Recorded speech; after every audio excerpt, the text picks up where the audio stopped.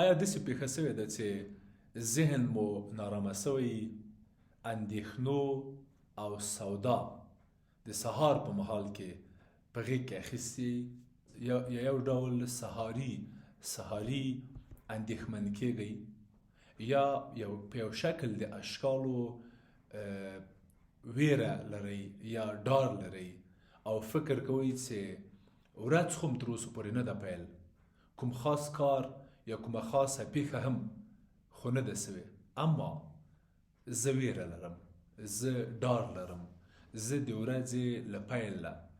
د ژوند له پیله ویره لرم. آیا کله کله داسې پیښه سوې ده؟ آیا داسې احساس تاسو ته یا ستاسو عزیزانو، نږدې خپلوانو، د کورنۍ غړو، حتی کله کله ماشومانو ته، ترکه ځوانانو ته داسې یو حالت پیدا سوی؟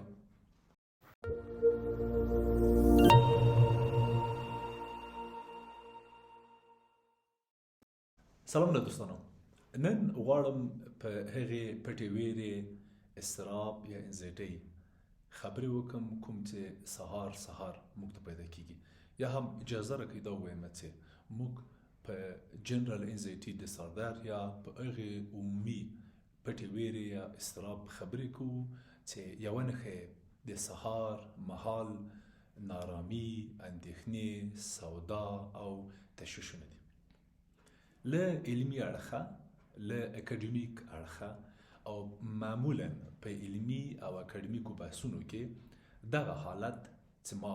د سوال په شکل تاسو نه مطرح کړ، دغه حالت ته موږ اضطراب وایو. دا دقیقا هغه حالت او وضعیت ده چې معمول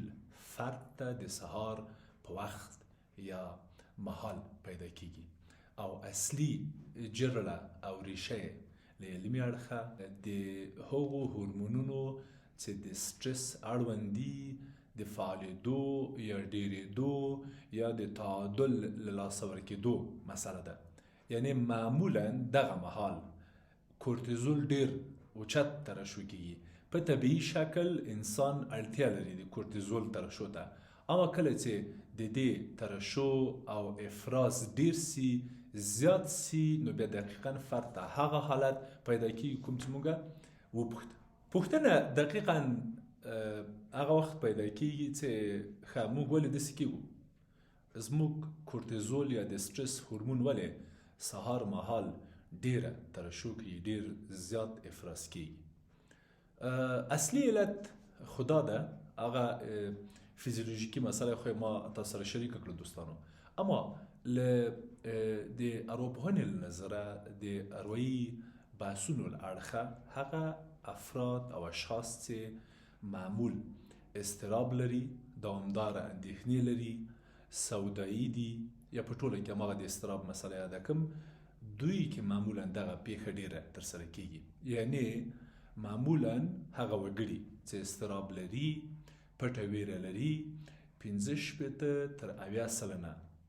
د ورځې په پیل کې دغسې یوه دوامداره، پایداره او په بیا ځلي شکل ویره او ډار د سهار په ټایم یا وخت یا مهال کې ورته پیدا کیږي، او معمولا یې ډیر ورخطا کوي، ناراحته کوي او نارامه کوي. که کیدای سي د پنیک اټک تر بریده یا حده نه وي، اما خپل د انزایټي اټک تر حده یا بریده پورې ډیر سخت او بد حالت او وضعیت په فرد راولي چې یو ډول ناراحته او نارامه کوي متاسفانه. ښه ولې دغه مسله یا ستونزه د اضطراب اړوند ده؟ په ژور خپګان یا په ورته نورو لکه دو قطبي یا بایپولر یا بارډر لاین یا اسکیزوفرنیا یا پارانویا یا نورو اختلالونو یا اروايي ګډوډیو کې ولې داسې یو پیښه یا حالت نه رامنځته کیږي؟ که څه هم د ځینو اروايي ګډوډیو ترمنځ دغه مسله مشترکه او ګډه ده، اما په اضطراب کې ځکه دا مسله ډیره محسوسه ده او ملموسه ده او ډیری مراجعین ځکه ترې ځورېږي او کړېږي چې ذهن تر اوسه هم په هغو پیښو، هغو مواردو، هغو لاینحل یا تفاهم ته نه رسېدلیو مواردو او موضوعاتو بوخت ده چې تېره ورځ تیر اونۍ یا تیر وخت ذهن ته راغلی. ذهن هغه تر اوسه نه دی حل کړي، ځکه اوس د دې ورځې پیل ته هم دا کیسه راوړله. په داسې قضایاو کې مغز معمولا راتلونکي ته ورالوزي، یعنی په راتلونکي ډېر په راتلونکي کې پاتې کېږي، نظر دې ته چې په حال یا په تیر فکر وکړي. کیدای سي یوه منبع تیري، یعنی د تیر ډار د تیر پیښه د دې لامل سوي چې اوس مغز آینده ته ورالوزي او دغسې وضعیت او یو حالت رامنځته کوي. معنا دا چې مغز یا د مغز سیستم تر اوسه پورې هوساینې ته نه ده رسېدلی، حل ته نه ده رسېدلی، آرامه سوی نه ده او اوس هم د دفاع په حالت کې، د بقا په حالت کې یا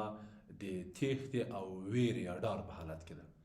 د کومې ویرې، تیښتې او ډار په حالت کې د هغې پیښې ویرې چې د ده په ذهن کې تر اوسه پورې حل سوې نه ده. کیدای سي د تېرې ورځې پیښې وي، کیدای سي د تېرې اونۍ پیښې وي، کیدای سي د تېرې میاشتې د تېر کال پیښې وي، کیدای سي نورو اروایي ګډوډیو یا اختلالونو سره هم ګډه سي، خو ډېره او زیاته په اضطراب یا په انزایټۍ پورې اړه لري. دا چې ولې دغه مسله یا دغه ستونزه زموږ په مراجعینو کې ډېره ده یا ولې ډېره افغانانو پورې یا د افغانستان په محیط پورې اړونده ده، د دې څو وجې دي یا وایم چې څو دلایله یا لاملونه دي. لومړی یعنی هغه تجربه چې موږ لرو له خپلو مراجعینو سره، د خوب بېنظمي او د خوب د کیفیت خرابوالی ده. موږ متوجه سو چې زموږ ډېرو مراجعینو منظم او با کیفیته یعنی ښه خوب نه درلوده چې دغسې پیښې ورسره کېدلې یا په دغسې وضعیت یا له دغسې وضعیت سره مخامخ کېدل. دویم اقتصادي ستونزې یا د بېوزلۍ مسله ده، یعنی هغه پلار، هغه ورور، هغه کور، هغه کورنۍ چې د خپلو بچو لپاره په یوه ګوله ډوډۍ پسې سرګردانه وي، ممکنه نه ده چې د هغوی ورځ د سمه پیل سي، ممکنه نه ده چې د هغوی خوب د تېره شپه سم تېر سوی. په دغسې یوه بېوزله ټولنه، په دغسې یوه بېوزله حالت او وضعیت کې معمولا کورنۍ، د کورنۍ سرپرستان، د کورنۍ مشران، په ځانګړي ډول نارینه مشر ورور یا پلار دغسې یو حالت یا وضعیت اخته کېږي. دا یوازې د مشرانو ورونو یا پلرونو کیسه هم نه ده. په ډېری مواردو کې ځینې میندې چې د خپلو بچو اړوند، د خپلو کورنۍ اړوند اندېښمنې دي یا سودا کوي، ځورېږي، هم په دغسې وضعیت یا دغسې حالت اخته کېږي. موږ ډېرې مشرانې میندې او خویندې او ښځې ولیدلې چې موږ دوی سره د دوی درملنه مخ ته بوله چې په دغسې وضعیت یا حالت مخامخ متاسفانه. یو یې هم د اروایي ناامنۍ یا د آینده په اړوند مسلې دي، یعنی معمولا هغه محصلین چې د درسي ستونزو په اړه نارامه دي، هغه مجردان چې د خپل راتلونکي یا د خپل واده په اړوند تشویش کوي، هغه ځوانان چې معمولا دلته په کور دننه له یوې ستونزې یا ربړې سره مخامخ دي، اما فکر کوي چې باید نورو هیوادونو ته کډوال سي یا مهاجرت وکړي، معمول له دغسې وضعیت او حالت سره مخامخ کېږي. یعنی هغه څه چې د دغسې یو حالت لامل ګرځي، موږ په خپلو مراجعینو کې کم تر کمه دا تجربه کړله چې د خوب کیفیت، د خوب بېنظمي، اقتصادي ستونزې، بېوزلي او کډوالي او په عین حال کې را روان ژوند ته، راتلونکي ته پلان یا د آینده په اړوند امید او ورته نور مسایل د دغسې وضعیت او حالت لامل ګرځي او په دغسې وضعیت یا حالت موږ متاسفانه مخامخ کېږو، ورسره یو ډول روږدي کېږو یا په اصطلاح په دغسې یو پټه ویره یا حالت اخته کېږو. دا یو فیزیولوژیکي یا عصبي عکس العمل ده. په ریشو او جرلو کې اروایي حالتونه، وضعیتونه، منفي افکار، منفي باورونه نقش لري، ونډه لري که احیانا موږ خپل فکرونه روغ کو، خپل حالت او وضعیت سم کو، خپل معیوبه فکرونه سالمه کو، موږ له دغه وضعیت نه چې